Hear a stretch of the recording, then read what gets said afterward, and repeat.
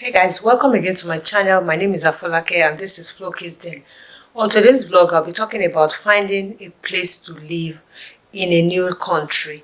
And specifically, I will be moving to giving you information about Saskatoon in Saskatchewan, renting places that you could find, cost of accommodation, and so many other things to make your settlement easy in a foreign land. If this sounds like what you want to keep watching, do hit that subscribe button so you get notified whenever I post a new video, and see you around the corner. So guys, how do you find an accommodation from your home country? When you're looking forward to landing, it's always daunting, like I mentioned, and so many of you require accommodation before you land. And that's not the only thing that you need for you to settle in a new land. You're coming to a country you've never been before. Yes, finding a place to rest your head is always the first thing that you think about. But guys, there's so much more to what to look forward to. The first thing I will say is the place to land. You can actually land anywhere in Canada, and from all the 13 provinces that we have, they are always very welcoming to new immigrants. So if you choose any of those, well, depending on the kind of immigration stream that brings you into Canada, then you should be paying homage to that particular province. Don't you think so? Because this sometimes makes it difficult that you can't land in another province apart from that particular province. But it doesn't really matter. I look at Canada entirely as a welcoming society. So wherever you choose to land becomes your new home. On the other hand, if you landed through the Federal Skilled Worker Program and you by choice picked your own desired province to land, good on you. Then I'm sure you must have done some research about that province that had drawn your attention to landing there. So make good use of that opportunity and just settle, because everywhere you find here is home in Canada. But as we consider places to stay in Canada, it is important for you to look out for the basic amenities that would make you comfortable in that location. From research, the best place to actually land or stay in Canada, I found out, is in Ontario.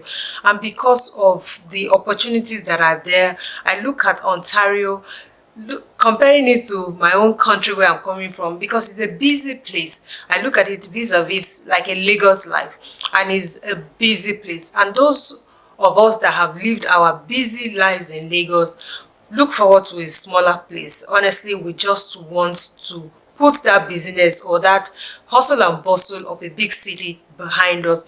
Some people still like it and they want to live in those big cities. It is okay, but for bigger cities come bigger challenges, better amenities, better places. Houses are more expensive. You find things more there than other places, and of course accessible to you when you're moving into Canada, because Toronto is one of the entry points into Canada. You can't find an international airport here in Saskatchewan, so you still have to reroute. Maybe you're coming from Calgary or you're coming from Toronto before you eventually land in Saskatchewan. All that being said, you don't have to land in Toronto, Ontario. But if you're looking forward to coming to Saskatoon in Saskatchewan, it is still home to you. We still have the basic amenities, because I have to draw it home to you. I stay here and I see so many things that make this place comfortable for new immigrants, because Saskatchewan is in the prairies and is also a welcome place for new immigrants. So accommodation is available. When you talk about finding good jobs, it is also a concern across Canada. So it is not a peculiar situation for Saskatchewan. You might be able to find more jobs in Ontario, in Calgary, in Vancouver, but in Saskatchewan it might be a bit tough.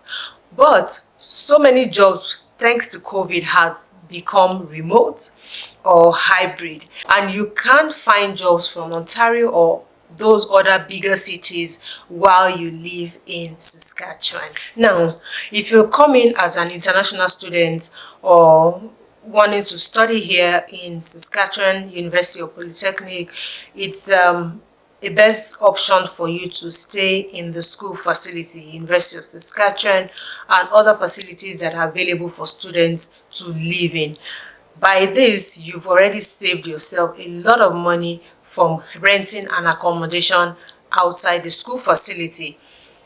Thanks or no thanks to the high inflation that is going on here in Canada, 2023 is looking forward to being a time that there will be recession in Canada. No thanks to the cost of accommodation, food, and so many other essential utilities that we all pay for. It is expensive and unreasonably high. So as international students, exchanging currency to card is going to be tough if you have to pay for your accommodation outside your school facility. And you know, these hostels already have comfort for you. You probably just get little things for you to be comfortable, to be able to stay in and focus on your education. But if you are postgraduate students coming here for a university degree, or master's degree or some other postgraduate studies, you might be able to find other ways in which you can settle in based on your accommodation expenses. You can get maybe a basement suite, or you can get a condo, you can get an apartment, and obviously looking for something that maybe you can also share with another student so that you can minimize the cost that is shared to you. If you are landing as a family, what I will say is that you just need to have that your proof of funds intact. The proof of funds really is important for your well-being, your living expenses for at least 3 months. Sometimes things don't look the way they seem. You would probably land and you're looking for an accommodation. Yes, in Saskatoon, here where I reside, there are so many good places whereby you can stay. And until you land, you do not know. I always say my preference is different from yours. And if I probably help you in getting accommodation in one part of the city, you might feel it's too expensive for you continuing to pay. So I always advise people to get an Airbnb to start off their journey. You can pay for 1 week, you can pay for 2 weeks, but note that most accommodation starts from the beginning of the month to the end of the month. So by the end of February, for instance, you are paying for March rent, and we pay every month here in Canada, unlike in my country, my dearest country, that we pay an annual rent for those that still rent. And Airbnb gives you the comfort of a home. You find everything that makes you just remain comfortable. Apart from your luggage, you bring your clothes, you change your clothes into that apartment, then you buy food. And if your host is so magnanimous, they will leave at least some little things like bread, fruits, and some snacks for you to be able to have while you enjoy your stay in their home, because of course they want you to give them a good review at the end of your stay. After your stay or during your stay in an Airbnb, you are definitely looking for where you finally get to stay for at least 6 months or 1 year. The downsides of renting when you are not physically here in Canada is that you need some documentations completed. You can also find someone that is locally resident here in Canada that can be a guarantor for you, that can help you, like a liaison between you and the landlord. It's helpful because they can help you maybe take some videos or pictures of those accommodation so that you can view and see if you really like them. But to know that if you are renting before you land, by the help of anybody that is currently living here in Saskatoon, I would advise you to rent for a short time so that when you come in, you are convinced that you really like that place. I've seen some new immigrants land, and people that are already resident here in Saskatoon help them to run around with their accommodation. Despite the pictures, despite the location, they still left where they were living. You know, it's not like what you want to see physically. I always encourage people to see it and then be sure that you like it. So get an Airbnb to be safe. And when you land, or at least the process might be on with a couple of houses, and when you land, in your Airbnb, you have the opportunity to move around. You have someone that is available to help you around the city. Then you can, start the process of hunting for your own physical accommodation. And also depend on your family size and the sex of your children. All of this has a place in the number of bedrooms that you're going to be renting. So you don't want to have teenagers all grown, all cramped up in one room, and then you say you're renting a 2-bedroom when you have them in different sexes. So consider this while you're looking for what to land in, as your family size and the sex of your children matters whenever you're renting. Another key thing for you to note is that you can also stay with friends. If you have a family friend, or if you have a relative that is already been living here before you, and that will help you to save some money for a few weeks before you eventually get your final accommodation.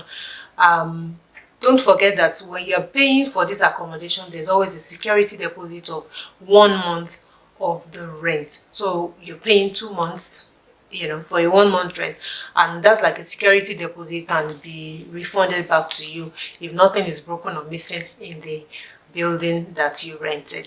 Finding an accommodation or a home here in Saskatchewan it's hit or miss, because depending on the family size and how much you have would determine where you live and the kind of building or apartment that you rent. Across Saskatchewan, I know that you can really find a decent place with whatever you have, but know that houses are expensive these days, and depending on the need that you require within the house, some houses really have shared things like laundry sharing with other people in the building, and you probably don't want to do that. Depends on your family size. So as you consider all of these things, it helps you determine where to put your money, and that helps you to give that comfort that you also desire in wherever you want to live. Know that you also want to consider the neighborhood where you stay, accessibility to some basic things like your grocery store, or you want to go to the gym, or you even want to walk around the city. You just feel that your neighborhood is safe and is a good place for you to walk around. So you want to put all of this in perspective while renting, and because you also don't have control about who you are going to be living with next door, you want to be nice to your neighbors so that you can always have reason to relate well. Somehow, where we lived before we moved, our neighbor too was good, help clear the snow. We always help ourselves, depends on who is home first, and so many things that you can benefit from having a good neighbor around you. And this can be achieved by you just showing some concern and love, and just saying hello to one person or the other around your neighborhood. I also remember one of our neighbors that when he plants the season of harvest, he has some things in his backyard, and he gives us like tomatoes and cucumbers and things. So sometimes a good neighbor can also be a benefit to you, but you also must be a good neighbor to desire. As you're looking for your accommodation, you're also considering the accessibility to schools. So for elementary schools, most of the time you get to find schools within your neighborhood or where you reside. And for high school, you can actually travel. So they want to believe that most of the high school students from grade 9 should be able to commute themselves, or at least be able to drive, because at that time between 9 and grade 12, there's always the driver's class to prepare them to get their driver's license and be able to drive. So, but for the younger ones that are in elementary, they should be able to walk to school, and for slightly farther distances away from the school, there will be a provision for a school bus from the school. This is totally free, you're not paying for it. And this is also important for you to consider when you're looking for a neighborhood. If you want the Catholic school, if you want the public school, you're looking around for it. But in my opinion, I see no difference in these schools. Most of the time, people that are Christians will feel that when they take their children to a Catholic school, they are better trained or better tutored. I beg to disagree. Our children went to a public school, we're Christians, and honestly, from our own experience, it is the best decision that we also made. So the choice is yours. Whatever school you want your child to go to, just ensure that you look around while you're going to the school board to make those preparations, while you're getting the accommodation. So many things have to be in sync, especially if you also don't have a car. You're looking for accessibility to so many things that will help you be able to get on the bus. Then you're looking for maybe the nearest bus stop to you, so it is not too far, especially in the winter, so you don't have to commute or walk a longer distance before you get to the bus stop. So many inconveniences that happen during the winter. But if you're landing in the summer and you're having a short stay, it's good for you to hover around the city, have a good drive, see the neighborhoods, and desire one part of it that you want to stay with your family, and then look at the amenities that are close by that will be convenient for you, vis-a-vis whether you have a car or you're going to be using the bus. From our experience, when we newly landed, apart from the Airbnb that we stayed for about 2 weeks, was the place we stayed for as long as almost 3 years before we finally bought our own home. And the neighborhood was very, very good, quiet, serene, full of trees, really nice. And not in the busy part of the city. You really don't have any business coming there if you are not coming there, you know what I mean. And that's how we enjoyed our stay for those few years that we stayed in that accommodation. One other thing I also wanted to mention is that we had a very good landlady that was really, really good. I know for new immigrants you can't see or just imagine what your landlord or landlady will look like, but it's always the other way around as well. The landlords are also very careful about the tenants that they get in their homes, because they want people that will be cooperative, people that will not foresee any trouble, people that will pay their rents regularly. They don't want trouble as well. So you have to give what you want to receive, and that's how that sync will really work. As far as we were concerned, she mentioned that we were one of the best tenants that she had ever renting her apartments. One thing I also want to mention is that when we're thinking accommodation abroad, we must think of the capacity that we have financially. Let's look at what we can afford, so that we don't go ahead and rent and we find it difficult to continue to pay. Nobody borrows anybody money here. Nobody gives people money. So you are working for your own money. And that's why your POF, that's your proof of funds, is important for you in the first phase of you settling in a new land. So many things you'll be buying. Maybe if you have that money, will help you to maybe buy a bus pass if you don't have money to start off with buying a car. At least to aid you moving around a bit, for that accessibility to all the other things that you need. So you want to have money to do that. Or if you have the funds, you are buying your family a car to also aid your mobility. You are buying groceries. Note that you don't have an income when you land. Not everybody gets job from their home country. So when you land, that's when you're actually hunting for a job. And it might just take you time. You never know. Some get jobs in less than almost immediately when they land. Some get in 3 months and 6 months. So the ability to come with your proof of funds for your family size will help you in your initial settlement.